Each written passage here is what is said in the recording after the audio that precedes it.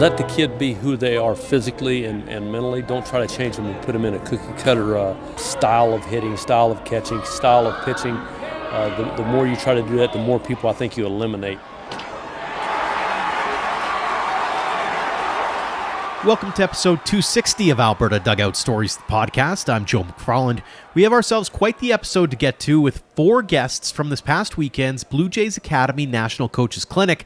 So let's take a quick look at the news headlines from this past week. We'll start with the National Baseball Hall of Fame and Museum, where the class of 2024 was unveiled. Adrian Beltre, Todd Helton, and Joe Mauer received the call from Cooperstown Tuesday evening, all securing the needed 75% to get in. They'll join manager Jim Leyland, who was selected by the Contemporary Baseball Era Committee in early December for the induction ceremony July 21st.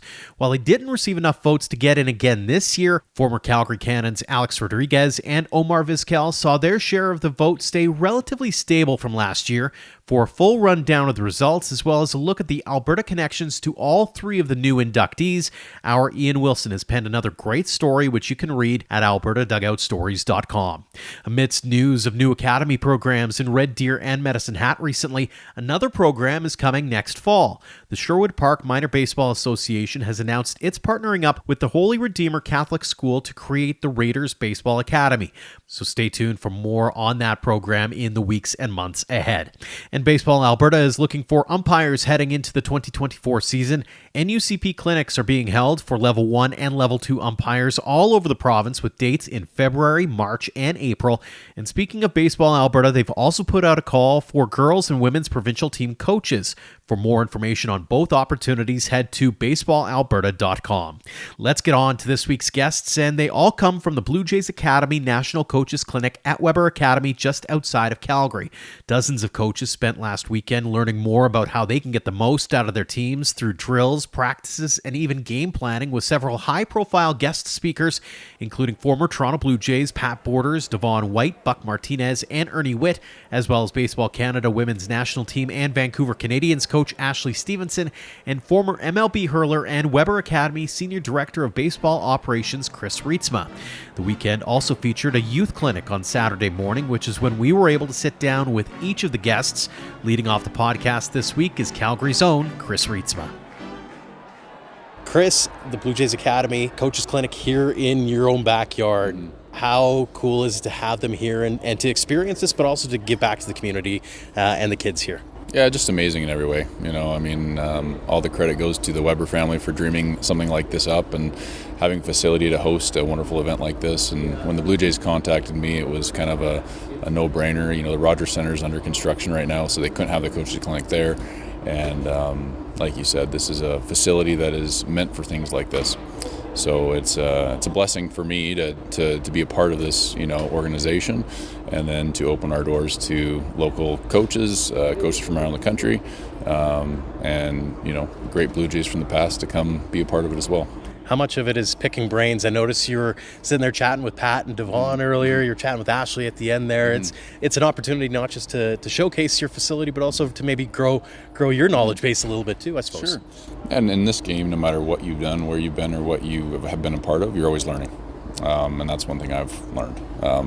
So yeah, it's important to ask these questions, right? And you're looking at Pat Borders and Devon White, and telling them stories about me being in high school, watching them play in the World Series, and that's fun, right? I'm still a fan and still a kid at heart, and so yeah, it's neat to have all these guys here, and Ernie Witt, who was a manager of mine in the World Baseball Classic, and then everyone knows Buck, so it's great. It's great to be a part of, and really glad they can all make it.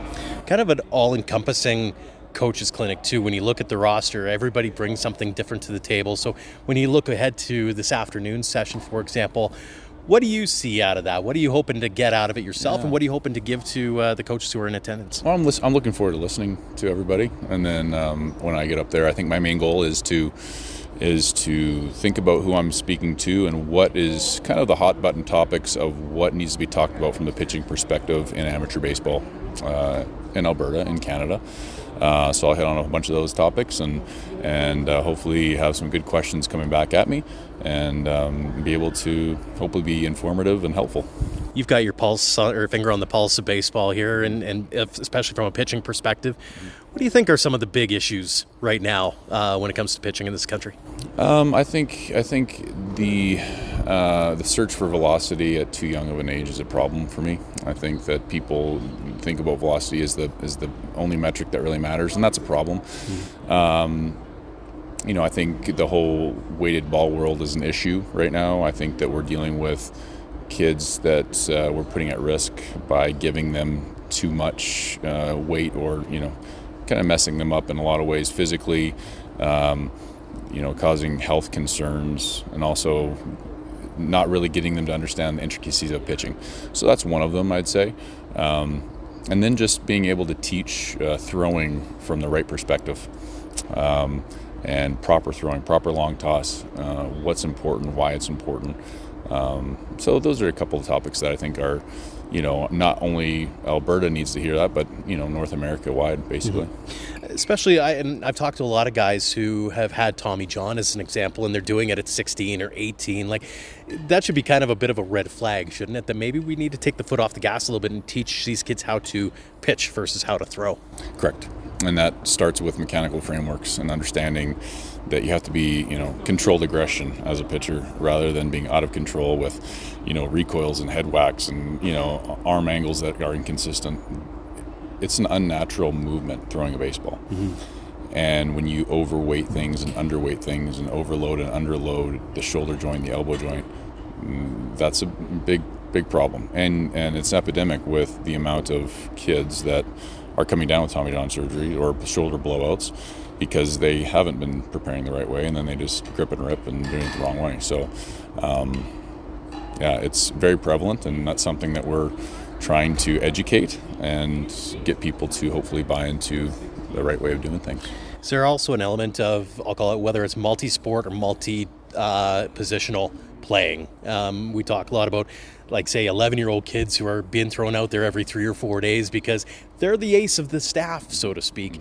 Is there an element of needing to teach coaches that, hey, there's some value in letting kids do other things, whether it be on the baseball field or elsewhere? Yeah, I think first and foremost, I think being a multi-sport athlete as a young kid is extremely important, especially if you just want to focus primarily on baseball. Well, it's a skill-specific sport, but you can only throw so much.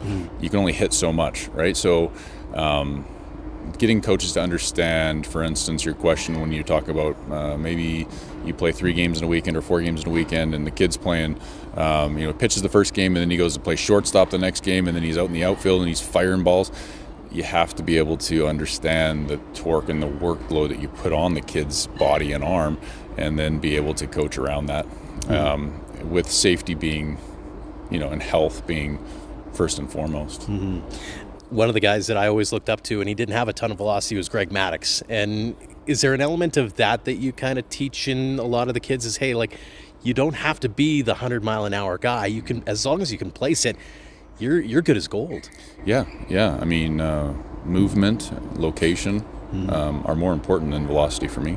I think that if you talk to good hitters, would they rather face, a 91, a 92 mile an hour fastball that's moving on a corner, or a 96 mile an hour fastball that's straight down the middle with a force? And they're going to they love hitting that velocity, the higher level guys.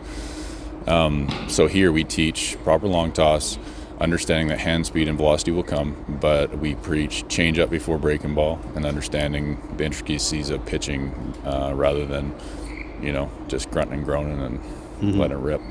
I'd be remiss if I didn't ask a couple of other questions. One, Simon Baker from your program had a massive Canadian Future Showcase, goes home with MVP. He's committed to an NCAA Division I school. How proud of him, and how proud are you as a whole of being able to have a kid like that show up as he did? Yeah, it's great. It's great for him, first and foremost, and for his family. We are so proud of our athletes, and if that's a kid going to Division I, or a kid realizing his dream and going to a CCBC school or a junior college down in the States, we're equally happy for everybody. Simon's a special talent, and it's been great. As our program develops and grows, this is only our 3rd year in existence, so we're going to see more and more kids get if you're not getting better in this facility with the coaching we have here, then something's wrong. And so these kids are getting better. And as time goes on, there's going to be more and more kids committing to, the top programs, and that's great. You mentioned Simon's a special talent. What is it about him that sets him apart? What, in your eyes, allowed him to be as good as he was, especially in that showcase? Well, I think for one, it's, he's blessed with strength, with speed, with arm speed, arm quickness. He's also blessed with the ability to put bat on ball. He doesn't swing and miss a lot.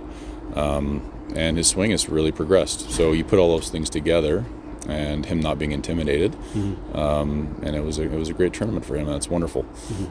So, he moves very well athletically, and that's what we teach here. And he's just a very good athlete. You watch him dunk a basketball, he flies. There's certain intangibles you can't teach, and he possesses those. Another guy that you've chatted with over the years and worked with, obviously, is Michael, who's been traded to Chicago now and looking to bounce back, gets a change of scenery. I understand he's back. He was back in Calgary recently. Did you have a chance to talk with him, one? And two, what's been the tone? What's he feeling heading into this next spring training with a bit of a different mindset, maybe? Well, it's been special for me to be part of his life. I've coached him since he was 13, and to see his progressions and make it to the big leagues and be an all-star, it's been great. Obviously, there's been some injuries along the way with Achilles problems and different things.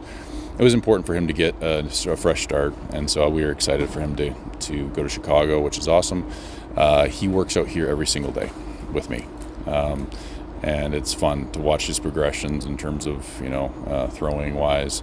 We've done a lot of different work mechanically, just making necessary changes to make sure it's more efficient and protecting his body. So it's been great. He's in Chicago right now for the Fan Fest, so that's why he's not here. But he's been here every day, and he's been great with the kids as well. So he's one of those guys that comes in, gets his workout, and then he actually helps with the Wildcat players too, which is very special. What do you predict out of him? What do you see out of him this winter that makes you go, he can be a force with Chicago, that he can turn that corner and become that contributing, even if he becomes a bit of 50% of what he was in 2019, he's still going to be a very effective major leaguer.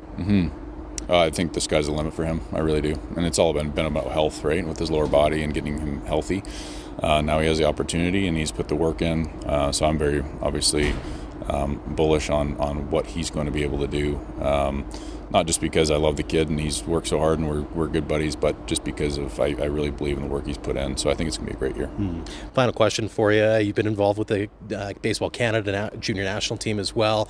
You're getting to see kids this age, working hard and hoping to have a future in baseball as well. What do you see in the scene here in Canada and what it's progressed to? What's the next few years look like for baseball in this country? I think it's, all arrows are pointing up. Facilities like this coming on board, facilities across the country are getting better and better. I think it's just a matter of time. I think we're getting better as a group as time goes on. I think post-COVID there was a little bit of a hiccup on the junior national team where, we didn't quite have the experience that, we weren't allowed to play like some of the American kids were and whatever it might be. But we're going to get back to that, and we've had success in that level in the past. I'm just looking forward to kids really being passionate about the game, putting the work in, and dreaming, and that's why we're here. Chris, really appreciate the time. Thanks for having us here at Weber Academy. You bet. Thank you. Next up is Ashley Stephenson, who we last chatted with for episode 199 of the podcast back in September of 2022. It's been a crazy year or so for the Baseball Canada legend as she started coaching with the Vancouver Canadians and has continued her coaching duties with the women's national team as well, and she was definitely a ball of energy throughout the entire morning.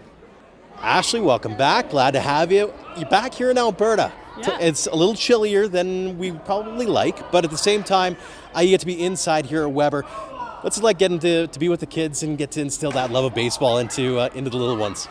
You know what? This is so fun. This facility, I've never been to this complex before. I know the last few years some of the other instructors said that they've been here and they've kind of got to see it develop over the last couple of years. And this is my first time here. This academy is really quite unbelievable.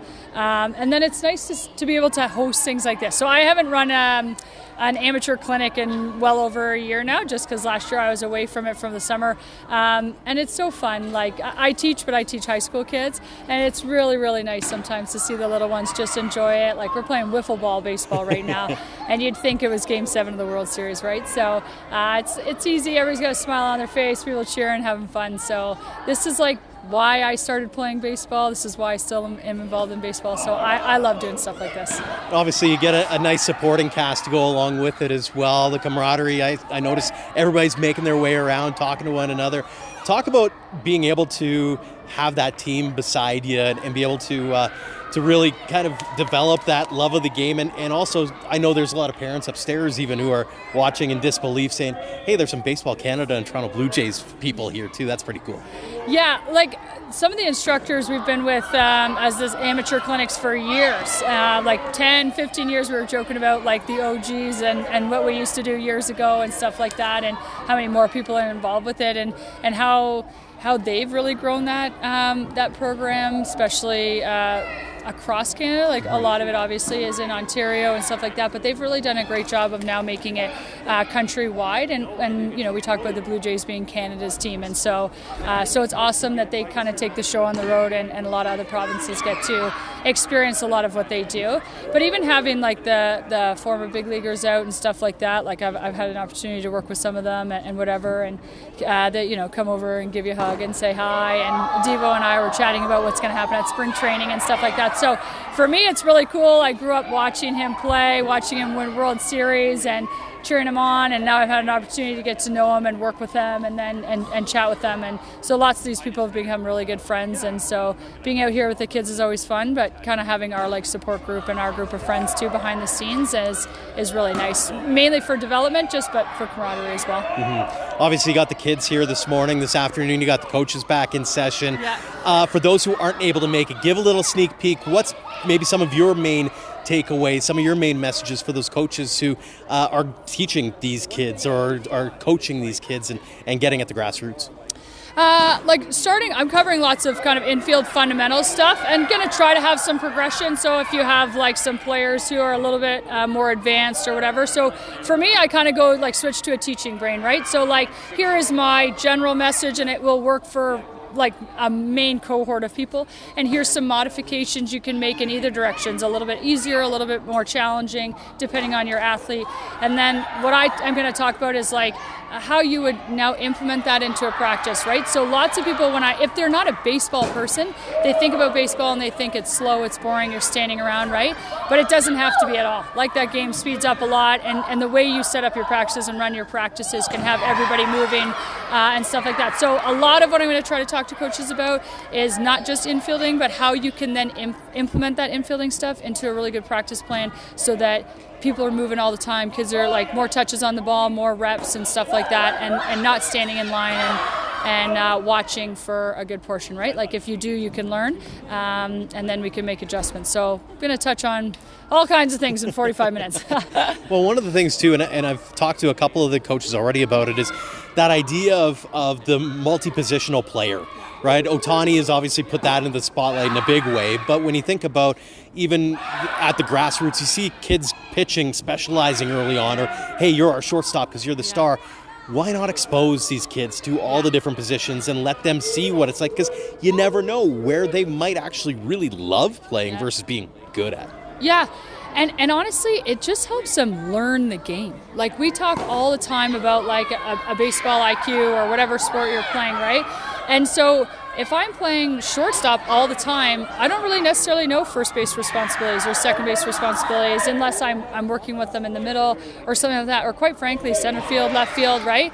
And so the more positions you play, the more you learn and understand the game, and then the more of an asset you can be too. Like I was doing infielding here, and I said, you know, how many people are just second base or just first base or whatever, and there's a few hands, and I was like, well, if I'm a coach and let's say whoever's supposed to play third base isn't able to make it, and I ask you and you're like, oh, I only play second base. Okay, well, you could play third base for a whole game, or you could play second base for half a game. Like, to me, I'm going to play third base for a whole game. Mm-hmm. I want to get out there, right? So just like you're an asset to your team, to the coaching staff, but just for their development. Mainly it's just for their development. You get different positions bring their own set of challenges, and they get to learn the game a little bit better. So, but it's like all comes back to like a multi-sport athlete, and like that kind of thing, especially at a young level. So it's probably a larger topic discussion, but for me, I'm a big fan of a multi-sport athlete, and I'm a big fan, especially at a young age, of them playing different positions in the sport. We talked about the athlete development. How about the coaching development from your perspective? Because you've had a whirlwind last couple of years since last time you and I chatted. What's the last year specifically been like for you with the national program and with the Blue Jays and being able to see baseball at a bunch of different levels? It's been, you're right, it's been a whirlwind of a few years for me. First of all, like, super grateful for my opportunities. I think honestly, like, baseball's in a good spot in this country, but obviously there's room for improvement and development. Me personally, like, my development has been huge. The Jays have been really great at giving me opportunities to learn it and to take things on. And just like players, like, you don't learn a lot if you sit and watch and listen, right? Like, it's good to understand and whatnot, but you got to do it to be able to know you can do it, so other people know you can do it, and to develop, make mistakes, and grow and get better. And they've really given me those opportunities. Like, I got to be a first base coach multiple times this season. I led our outfielders, even though I'm doing some infield stuff here, I led our outfielders last year, and they gave me like full throttle with those guys. And if I had questions, then I just went to people like Devo, etc., for some clarification or whatever. But they've been excellent in my development, mainly because they let me coach like anybody else would be allowed to coach, and that's how you get better, right? Like, you just do it, you learn, you grow, you do research, you talk to good people, lots of people, and just kind of build your toolbox, so to speak, and try to get better. So I appreciate what they've done for me. They've really allowed me, and I love it, and I work hard. So it's kind of been a really good fit. Maybe a bit better than I even thought it would be, to be honest. Very cool. When you think about the women's national team now, I know you've had some winter meetings, kind of getting players to know each other and that kind of stuff. What are you getting the sense of with this team as you go about things? I know you're not making any decisions yet, but do you get the sense is this going to be a young team, a scrappy team? You've seen some of the athletes. What are you getting the sense of? I mean, I think a Canadian team's always going to be a scrappy team. I really do. Like, I think they play with a lot of heart and hustle, and I think that will always be a characteristic that the coaching staff is looking for. But it'll be a younger team for sure. We'll have some veteran presence, but it'll be a young team for sure, and that's okay. Like, we don't have a junior national team, and we've talked about that as Baseball Canada program, and the need for that, because like, we don't have a chance to develop then at that level and bring people onto the national level. So some of our best athletes you're taking a shot at that level, and you're going to hope you get them for 5, 6, 7 plus years and really work with them. So that's one of the reasons that they're pretty young. But I think we'll be a scrappy team. We're really using the winter to do some pre-scout of other teams, pitching, hitting. Like, there's video from the WBSC qualifiers last year. So we're doing our research and we're doing that stuff to help players too learn and like talk about baseball IQ. Like, how do you want to pitch people? How do you want to attack at the plate? Like, what pitches are you looking for and stuff like that. So that helps them come with a plan and all that kind of good stuff. The fun stuff that rounds out like a complete baseball player. But yeah, I'm not sure how it'll all shape out yet, because there's a lot of athletes in the winter meetings, and obviously it's not just those athletes who have an opportunity to make it. We'll be scouting and have eyes on lots of people this summer, but scrappy, I think, would be a really good word. I think we've always got some grit, and I love that about our program, really. Fantastic stuff. I know there's some picture taking. I don't want you to miss that. So Thanks so much for joining us this afternoon. Thank you. Our next conversation is with former MLB All-Star, Gold Glove outfielder, and 3-time World Series champion Devon White. His 21-year pro career included stops with the Edmonton Trappers in 1985, 1986, and 1990, so Alberta is somewhere he's been familiar with for a while now. Unfortunately, my recording device ran into some technical difficulties during this interview. However, I was able to salvage most of the conversation. So instead of the full interview this time around, let's break it into pieces, starting with his thoughts on working with the kids first thing on a Saturday morning. Never a bad thing. I try to bring some of the, heat from down south up, but it didn't work. Talk a little bit about being able to give back to the community, not just in Toronto, but across Canada. I mean, the Blue Jays really are a national team, and people love you from coast to coast. Yes, well, the support we have for the whole country, even from this side of the world, you might say, it's great. So when we have the opportunity, to give back to the young guys here, and this is a great facility too. We're not outside, so it's great. We then talked about some of his messages heading into the clinic, which included the value of playing different positions to help understand the game as a whole. We also talked about his travels through Canada as a player and now as a coach and guest speaker at different events. Talk a little bit about the transformation, I guess, of baseball in Canada from your eyes, because you've been doing these camps for a while now. What are you seeing as you go from coast to coast and see the talent that's available out there? A lot more kids from Canada is getting drafted in the MLB, and that's the good thing because they're starting at a good age, and parents is taking them away from soccer and hockey, a little bit more hockey, you might say, but you can see the transformation turning in the minor league.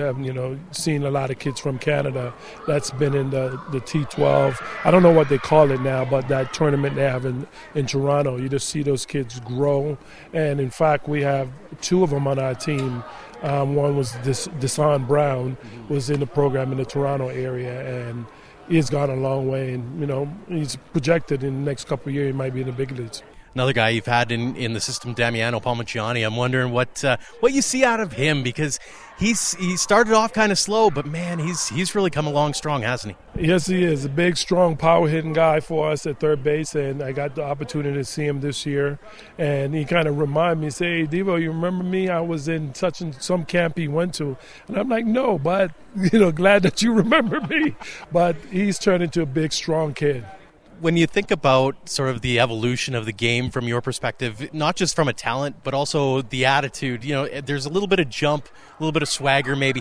As a coach who might be dealing with some of these new personalities, what do you tell the coaches out there to kind of bring everything down and make sure that the talent shines through, but also, you could allow for a little bit of fun in games too?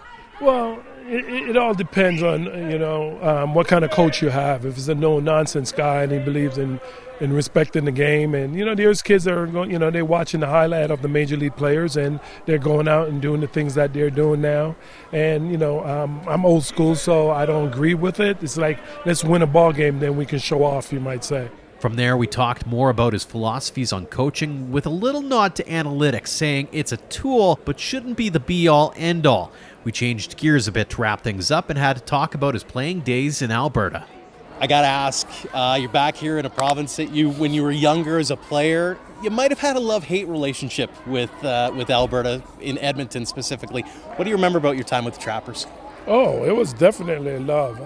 I was here for 2.5 years in Edmonton. I played in Calgary, played in Vancouver. So I enjoy my time, playing this side of the, the world, you might say. I use it that way. But playing on the northwest, you might say. It's just early in the year it was cold, but during the summer I really enjoy playing up here because of the weather. It was a lot cooler than south. I was looking back on some of the files, and you'd said, it'd be nice to stay in California and play with the Angels full time versus going back and forth, because it's probably a long airplane ride back and forth. But when you think back on that time, how much did that kind of help frame your position on baseball and in life? Because it kind of allowed you to deal with some of the failures of the game as well. Yeah, well, the game is always going to be up and down, no matter where you play and what position you play. You just have to learn. And me and my ex-teammate, Pat Borders, was talking about it. Is just nowadays kids are not used to failure. And, we fail, but we got to find out why we fail and how to get out of, the slump or the failure, and not just giving up. And in today's day and age, it's kind of more of a, they have to get a little push, and that's what the coaching comes in handy. Fantastic. Final question for you, and I'll let you get going. What does the game of baseball mean to you? Well, it's definitely my world. It's been my life, more than half of my my life, you might say. So I've been in the game for a long time, and just to see players enjoy and the game has grown. It's just been a pleasure be around.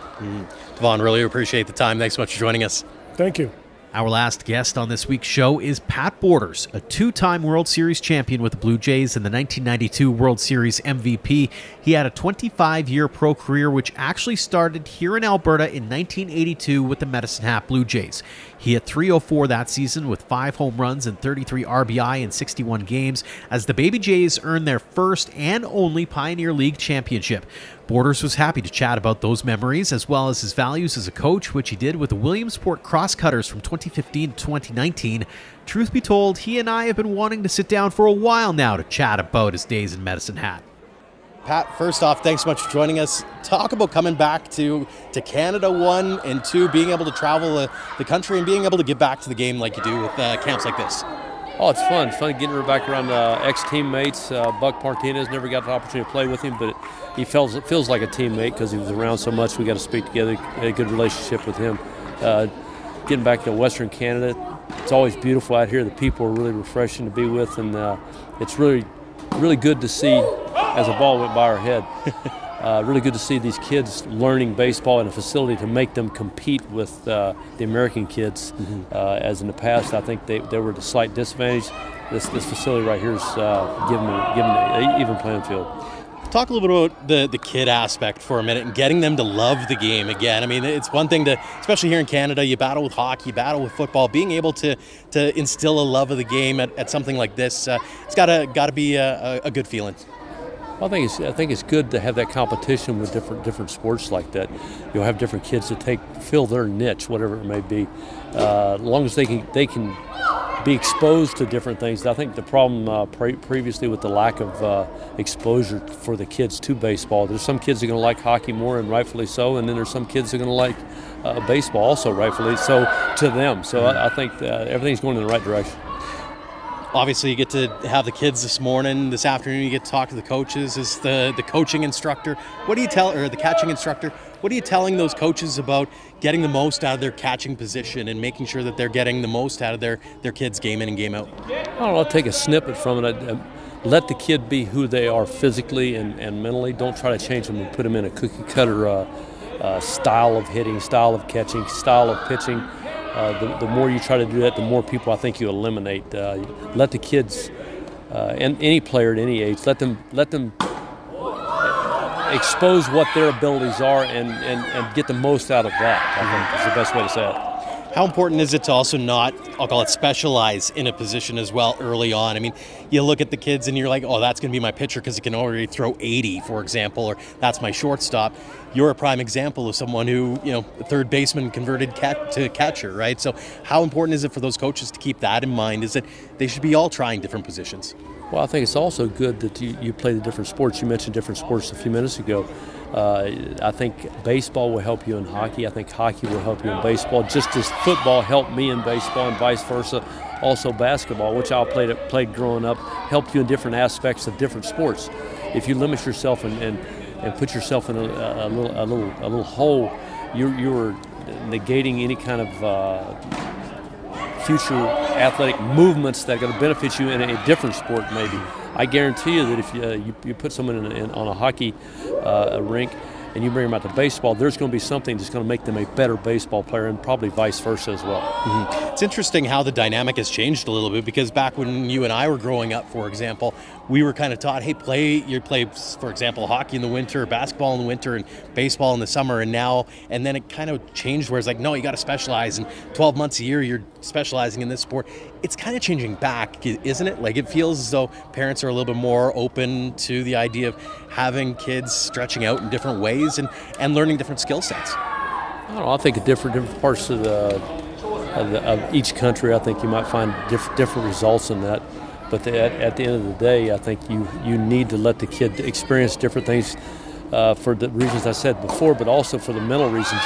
You can get to where you can burn out a kid in a specific sport, and you're going to eliminate them from playing or really being good at it later, and possibly could have been good at it. I've seen kids that are really good and really talented at a baseball position, to name a few, and they play it so much, they get wore out by it so much that they just find joy in another sport, regardless if they're not quite as good. Mm-hmm. when you look at the game in Canada, even from the days of 92, 93 and that, and after your playing career, you've been given back. And that, what are you noticing about the scene here in Canada? What are you noticing about the talent level that you're seeing out of the athletes here? Well, surprisingly, I think you're going to see more baseball players and even football players come out of Canada as opposed to years past. This facility right here is like a prime example. I would love to have this in Florida. For different reasons. It's too hot down there sometimes in the summer, and vice versa. It's cold up here. But this is going to help these kids compete. It's going to let them start at a young age. You kind of think about golf. If you don't start golf at a young age, you probably are going to be tough and behind the 8 ball. If you want to be a high-level pro tourer type guy. And same thing with this right here. The higher level you get, the more you play at a younger age, the better you're going to be at all the sports. I mentioned Medicine Hat. I'd be remiss if I didn't talk about it. 1982, you get drafted by the Blue Jays. They say your first assignment is in Medicine Hat, Alberta. What goes through your mind, especially when you don't have Google to see where on the map that might even be? Well, we can take a step back further than that and said, who the hell were the Blue Jays? I was from Florida.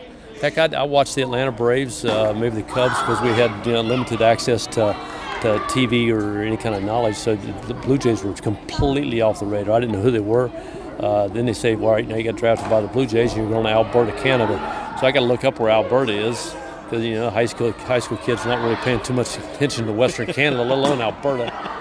And so I go up here and had a great time. One of the most entertaining times. The kids off that team, the kids in and men now, I still have contact with them. Matter of fact, the center fielder I spoke to yesterday off my rookie ball team, and you keep in contact with those people forever.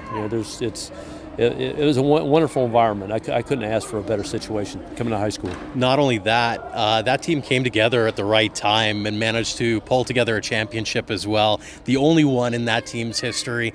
What was that run like? Looking back on it, being able to win a championship at that age, at that level? Well, I think we had good talent. We had some guys that played in the big leagues and played for a long time.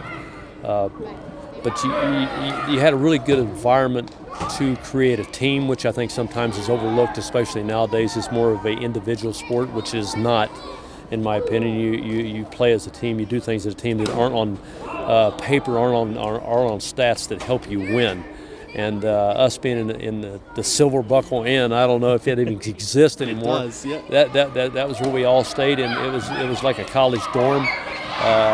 We would see each other, be around each other, except when we were sleeping. Sometimes fall asleep in the same room watching TV or playing cards, whatever it may be. But we had an absolute good time, and one of the closest teams.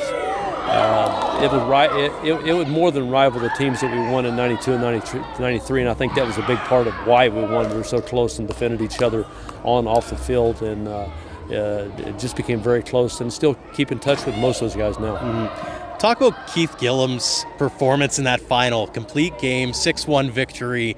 You got a front row seat to one of the best pitching performances I think that team ever saw. Yeah, we got college players from all over the place. And here I was a high school kid myself.